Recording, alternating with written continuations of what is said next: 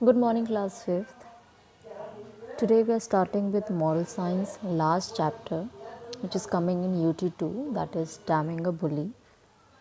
First of all, we have to know this that we don't have any book for moral science. So I've selected few chapters for your exams, like few chapters were there for UT1 and half yearly. Now two chapters are there for UT2 exams. That is one chapter we have already done, that is Heap of Gold.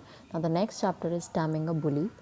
We'll do the reading of this chapter, explanation of this chapter, and on the basis of reading and explanation, I'll give you some exercises in the form of PDF, which you have to learn for the exams. Okay, now let's start the reading. Taming a bully. First of all, the meaning of taming a bully is, taming मतलब होता है to control someone in a easier way, मतलब बहुत ही simple और easy तरीके से किसी को कंट्रोल करना. एंड बुली का मतलब होता है किसी को परेशान करना, किसी सीधे इंसान को. A person who is very shy, very simple, उसको अगर कोई तेज़ बच्चा या कोई तेज़ इंसान परेशान करेगा, this is called as bully. Bullying anyone or bullying a person. Okay, the story is all about bullying, मतलब किसी को परेशान करने की पूरी स्टोरी है. पूरी स्टोरी में सिर्फ दो बॉयज़ की बात हो रही है, Daniel and David. Okay, now let's start a reading. Daniel walked slowly to the bus stop. His heart was thumping like a hammer. He knew that David, the junior school bully, would be waiting to pounce on him. In first few lines it is written there is one boy, his name is Daniel.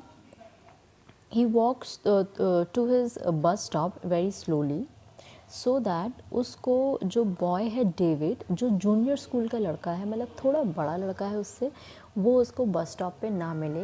Who is a बुली, जो बच्चों को परेशान करता है. Okay, his heart was thumping like a hammer. जैसे कहते हैं कि दिल बहुत ज़ोर से धड़कता है, जैसे हथौड़े की तरह. हैमर इज़ अ हथौड़ा. उसका हार्ट जो था वो बहुत ज़ोर से थम कर रहा था, थम्पिंग लाइक अ हैमर. उसको पता था कि David would be waiting to pounce on him. Pounce मतलब अटैक करना, वो उसके ऊपर चढ़ने के लिए, अटैक करने के लिए वेट करता है. I will reach the bus stop just when the bus arrive so that David won't be able to trouble me, decided Daniel, but his plan didn't work. In the next line it is written कि Daniel decide करता है कि मैं bus stop को हल्के हल्के जाऊंगा और एग्जैक्ट उसी टाइम पे पहुंचूंगा जब मेरी बस आने वाली होगी, जिससे कि क्या होगा, सो दैट डेविड को चांस नहीं मिलेगा to trouble me. But what happens, bus जो होती है वो लेट हो जाती है. The bus was late. Daniel tried to hide behind the other kids, but David's beady eyes spotted him. What happens next? जब डैनियल सोचता है कि मैं लेट जाऊंगा, एग्जैक्ट बस जब आने वाली होगी तब जाऊंगा, बस लेट हो जाती है. तो अनफॉर्चुनेटली वो टाइम से पहले पहुंच जाता है और डेविड भी वहाँ पर होता है. तो Daniel was hiding behind his friends, वो और दोस्तों के या और बच्चों के पीछे छुपने की कोशिश कर रहा था. But David's beady eyes caught him. David की जो चालाक या बीडी आइज़, बड़ी बड़ी आंखें जो होती हैं, वो उसको कैच कर लेती हैं. हे, नेक्स्ट लाइन में वो कहता है, hey are you hiding scary cat. David sneered at Daniel.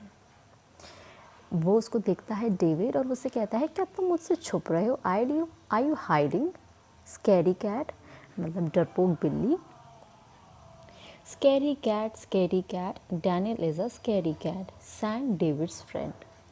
Okay, now you all know के जो बच्चे होते हैं वो एक दूसरे को चिढ़ाते हैं, एक दूसरे को टीज़ करते हैं.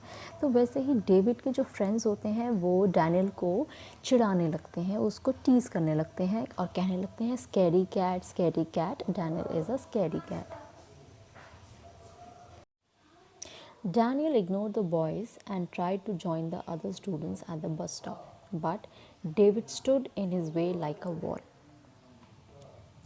Daniel tried to hide or ignore the boys, but what happens, जो डैनियल होता है उसके फ्रेंड, जो डेविड होता है उसके फ्रेंड्स होते हैं, वो उसको जाने नहीं देते, उसको परेशान करते हैं.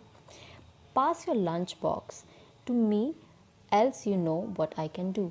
वो उससे कहता है कि तुम मुझे अपना लंच बॉक्स पास करो, वरना तुम्हें पता है मैं तुम्हारे साथ क्या करूँगा. David threatened closing his hand into a fist. वो उसको डराने के लिए अपने हाथ को बंद करता है और मुट्ठी, जैसे मुक्का कहते हैं, मुक्का मारने के लिए उसको डराता है. Daniel's mother ran a restaurant and his lunchbox always had something special. Daniel की मदर एक रेस्टोरेंट रन करती थी, इसलिए उसके लंच बॉक्स में एवरी डे समथिंग स्पेशल होता था. इसलिए जो डेविड था वो उसका लंच बॉक्स छीनता था, डेली उसको थ्रेट करता था, डराता था.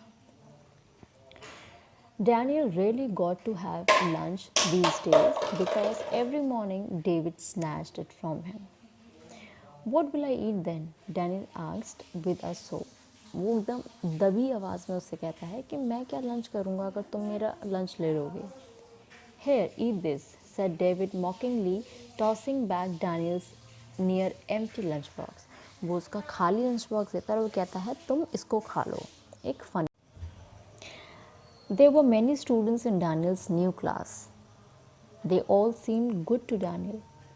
During recess, a girl in Daniel's class called out to him, "Hi, I know you are new in class and don't have many friends. I can be your friend if you like," said Namita. Daniel का जो new class था उसमें बहुत सारे बच्चे थे और उसमें से एक गर्ल, उसका नाम था Namita. She comes up to him and says कि मुझे पता है that you don't have many friends, but क्या तुम मेरे फ्रेंड बनोगे? You need not to worry. We can help you deal with bullies like David. Can't we? Namita said Ria. एक और गर्ल दोस्त है नमिता की जिसका नाम है रिया. वो कहती है कि you don't need to worry, तुम्हें डरने की कोई ज़रूरत नहीं है.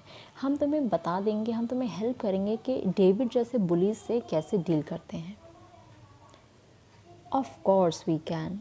Last year the counselor Avinash sir taught us how to deal with bullies, said Namita.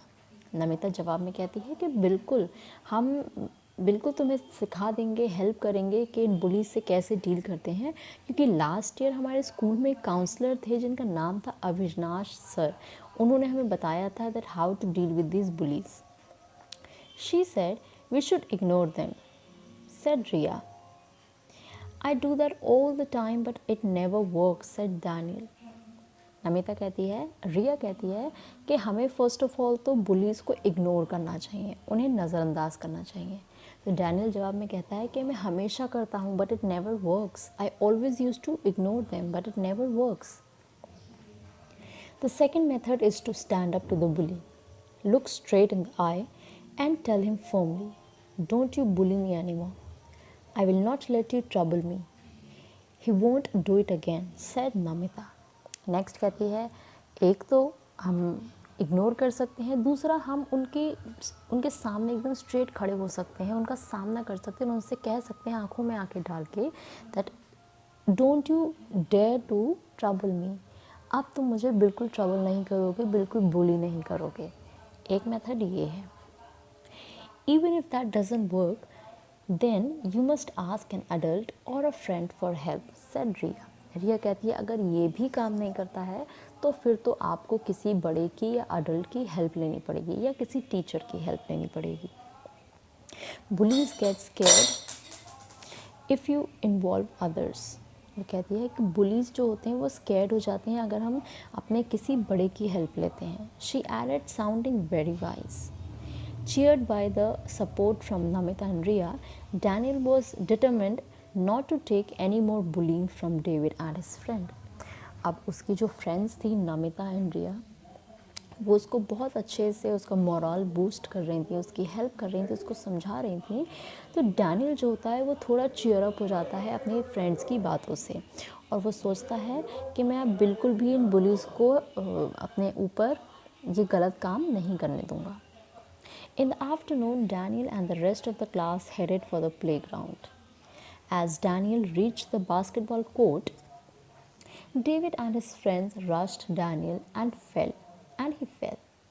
Weakling ask mum to feed you more, David स्नीयर्ड।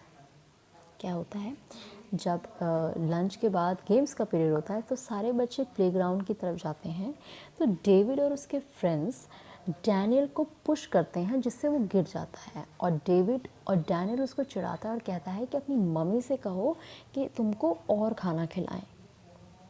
जैसे बच्चे चिढ़ाते हैं ना कि तुम तो बड़े कमज़ोर हो और तुम तो खाना नहीं खाते हो, तो अपनी मम्मी से कहो तुम्हें और खाना खिलाए, like that. I must stand my ground. I must not take this anymore. Daniel said to himself. Daniel खुद से अपने मन में सोचता है कि मुझे अपना स्टैंड खुद लेना चाहिए, मुझे इसको और बर्दाश्त नहीं करना चाहिए। He got up, took a deep breath, looked straight at David and said, "Stop it, David. I will not let you treat me like this way." वो खड़ा होता है, एक डीप ब्रेथ लेता है और डेविड से कहता है, "स्टॉप इट डेविड, मैं अभी और बर्दाश्त नहीं करूँगा, मैं तुम्हें अपने आप को ऐसे ट्रीट करने नहीं दूँगा." Daniel waited for the famous David punch, but David just stood there, his mouth slightly open. A moment later, Daniel heard David tell his gang, "Come on, we'll deal with him later." जब Daniel David से इस तरह से उसको confront करता है और उसको इस तरह से कहता है कि अब मैं बिल्कुल बर्दाश्त नहीं करूँगा, तो डेविड कुछ करता नहीं है। थोड़ी देर के लिए शॉक हो जाता है कि हाउ कम, डैनियल के अंदर इतनी हिम्मत कैसे आ गई है, और वो अपने दोस्तों से कहता है कि तुम्हें मैं बाद में देखूँगा। The next morning, Daniel actually looked forward to school, but the moment he reached his bus stop, David was there again, demanding Daniel's lunchbox. Next day, what happens?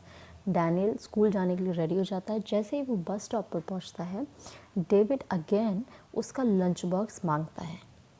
Daniel looked at Namita and Ria, who thankfully took the same bus.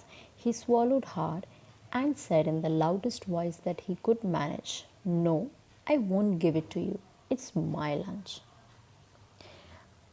क्या होता है, जब David Daniel का lunch दोबारा मांगता है तो Daniel के अंदर थोड़ी हिम्मत आ जाती है। उसके फ्रेंड्स नमिता और रिया उसके साथ थे।